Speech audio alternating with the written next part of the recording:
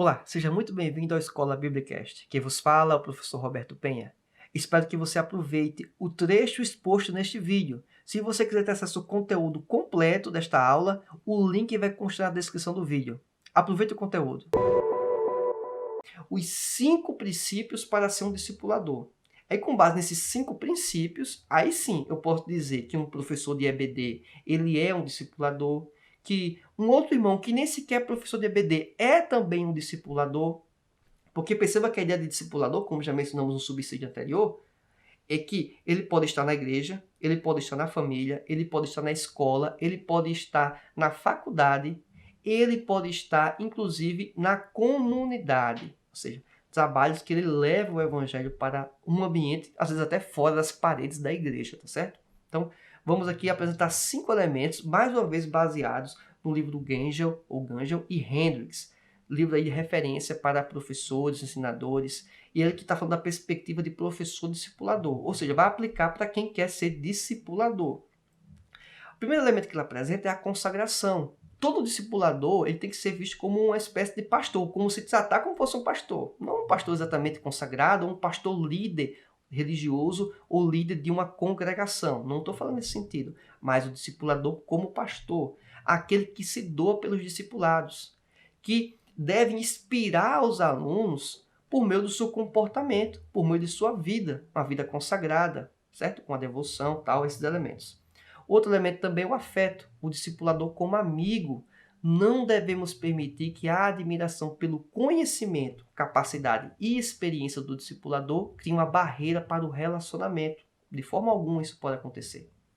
E é interessante, quem de nós já não sentiu essa sensação, né? Estar em contato com a outra pessoa, com aparentemente um profundo conhecimento bíblico, e que nós ficamos até receosos em nos aproximar. Isso já particularmente já aconteceu comigo. Não digo que isso é correto nem errado, mas já tive esse sentimento, né? Entendo eu que é uma barreira, que eu não deveria ter, né? Mas às vezes acontece, né? A pessoa sente assim, poxa, eu não vou atrapalhar aquela pessoa, vou falar com ela, quem sou eu, né? Já aconteceu isso em alguns momentos. Outros momentos eu consegui quebrar um pouco essa barreira e fui lá e falei com a pessoa, né? É um irmão como nós, né? Isso também é um outro elemento, né? A gente às vezes tenta colocar alguns acima, né? Alguém pode dizer, olha, o irmão tal, ou alguém pode até pensar em relação a mim, né? O que para mim seria até muito estranho, né? Quem sou eu, né? Vamos dizer assim, mas alguém pode talvez ter esse pensamento. Então, assim, a gente tem que quebrar muito desses paradigmas. O professor, ele tem que estar próximo do aluno. Ele tem que colocar, lógico que tem que respeitar a hierarquia, respeitar a posição. Não estou falando dessas questões, estou falando da questão dele se aproximar, manter um relacionamento, que esta hierarquia, ou este respeito não vira uma barreira, tá certo? E cria aí problemas quanto à própria administração ou ministração do conhecimento. O discipulador deve demonstrar interesse, consideração e apreciação pelos alunos. Então, uma forma que vocês podem perceber, um exemplo, eu dou um feedback aqui para os comentários que vocês fazem no YouTube. Eu leio todos os comentários e falo a resposta. É uma resposta personalizada, não é uma resposta padrão, amém, glória a Deus, obrigado, não. É uma resposta que leva em conta o que você fez de comentário, até a pergunta. Isso é afeto. Isso é dedicar tempo, isso é dedicar atenção. Eu estou falando isso porque eu me julgo, não. Eu estou simplesmente fazendo aquilo que eu estou ensinando, ou seja, eu estou tentando seguir aquilo que estou ministrando, né? Então, não estou fazendo, na minha percepção, nada além do que seria a minha obrigação, já que eu estou me prestando a ser um professor e penso eu, pelo menos estou tentando ser, um discipulador também, dentro do que é possível. Lógico, obviamente, eu trabalho num ambiente online e com pessoas que nem sequer fazem parte da minha congregação local. Então, é só para contextualizar isso. O que você pode replicar, obviamente, em sua congregação local.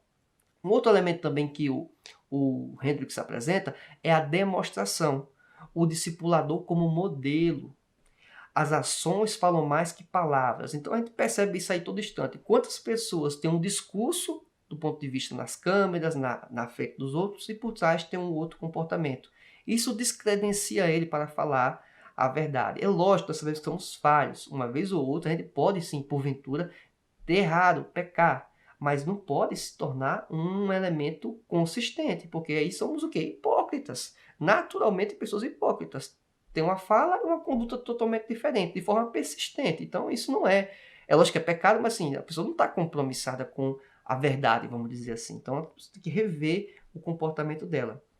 Jesus também ensinava por seus hábitos, atitudes, ações e prioridades. Ou seja, ele não ensinava apenas como falava, ele ensinava com uma série de outros elementos também. Jesus mostrava, dizia e incentivava. Os discípulos viam, entendiam e faziam. Olha que maravilha! É o exemplo como referência de ensino. Por isso que eu digo que apenas ensinar, apenas ser professor, o que já é muito trabalho, certo? Mas eu estou separando esse elemento de ensinar, de ministrar, isso não credencia ele por si só como discipulador. É um dos elementos que credencia, mas não é o único. Então perceba que é um passo a mais, é mais trabalhoso, exige um fator chamado tempo, né? Então esse é um fator importante. Serviço é o quarto elemento aqui que o Hendricks apresenta. É o discipulador como servo. O discipulador também ensina seus alunos quando os serve e assim ajuda-os, por sua vez, a tornarem-se servos.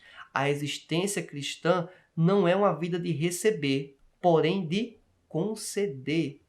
Devemos deixar de lado os nossos desejos a fim de satisfazer a necessidade dos outros. Quantos de nós temos a sensação que é melhor receber do que, na verdade, conceder, né? Do que fazer? E o evangelho, ele vai na linha contrária. É melhor você estar ajudando, contribuindo, formando, do que você recebendo, sendo ajudado e sendo formado. É este o princípio bíblico. Isso, inclusive, nos incentiva a que a igreja venha crescer, porque eu vou estar prestando e fazendo aquilo que o Senhor me orientou, que nos orientou. Então, o serviço caminha junto, que vemos, inclusive, em Atos capítulo 2, quando fizemos a leitura do texto durante essa lição bíblica. A integração é o quinto elemento, o discipulador como unificador da verdade. Por que isso é importante? O aluno ele pode talvez não ter uma perspectiva global ou geral, que chama-se de cosmovisão ou cosmovisão cristã no nosso ambiente. Ele estuda série de elementos, de forma muitas vezes isoladas, num curso bíblico, num curso teológico, numa escola bíblica, seja ela dentro da igreja ou uma escola bíblica, dentro de uma escola confessional de estudo convencional, primeiro grau, segundo grau, ensino fundamental, ensino médio, como você queira chamar. Diante desses elementos, o professor tem que ser um agregador, ele trazer esses elementos e apresentar uma visão panorâmica, uma visão geral. Isso, quem tem que fazer? O discipulador tem que apresentar, lógico. O aluno vai desenvolver isso e vai ter sua própria cosmovisão, sua própria visão panorâmica também. Então, eu tenho que apresentar essas verdades bíblicas e relacionar com o ambiente que estamos vivendo, um ambiente secular, que eu tenho uma série de parênteses ou de observações quanto a esse ambiente secular, tá certo? Mas, só para deixar claro, as verdades bíblicas se relacionam com todo o nosso universo, com todo o nosso mundo, e isso tem que ficar muito claro para o aluno. Esses 5 princípios são o que o autor aqui sugere como os princípios fundamentais para você se tornar um discipulador. Imagino que esse conteúdo foi bastante útil para você. Então, além do like, se inscreva no canal e marque a opção todas as notificações. Assim você vai ser comunicado toda vez que eu postar materiais semelhantes a este que vão agregar em muito para o seu conhecimento. Se você quiser acesso ao conteúdo completo desta aula, o link vai constar na descrição do vídeo. Aguardo você na nossa próxima aula. Que Deus te abençoe e até mais. Tchau!